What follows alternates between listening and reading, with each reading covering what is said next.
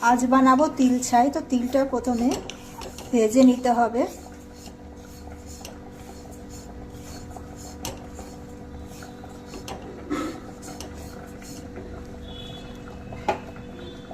গুড়টাকে গলিয়ে নেব প্রথমে। কিছুটা গুঁড়ো করে নিয়েছি, কুটার মতন করে নিয়েছি, তিল রেখেছি, গলে গেছে। এবার এটা তিলটা দিয়ে দেবো।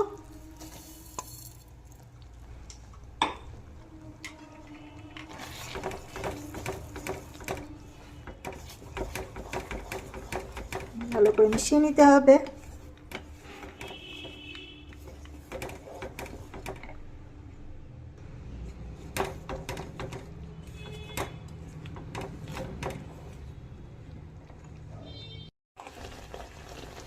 তিল ছাই বানানো হয়ে গেছে,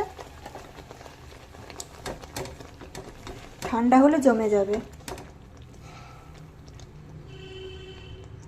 তিল ছাই বানানো হয়ে গেছে, ঠান্ডা হলে জমে যাবে।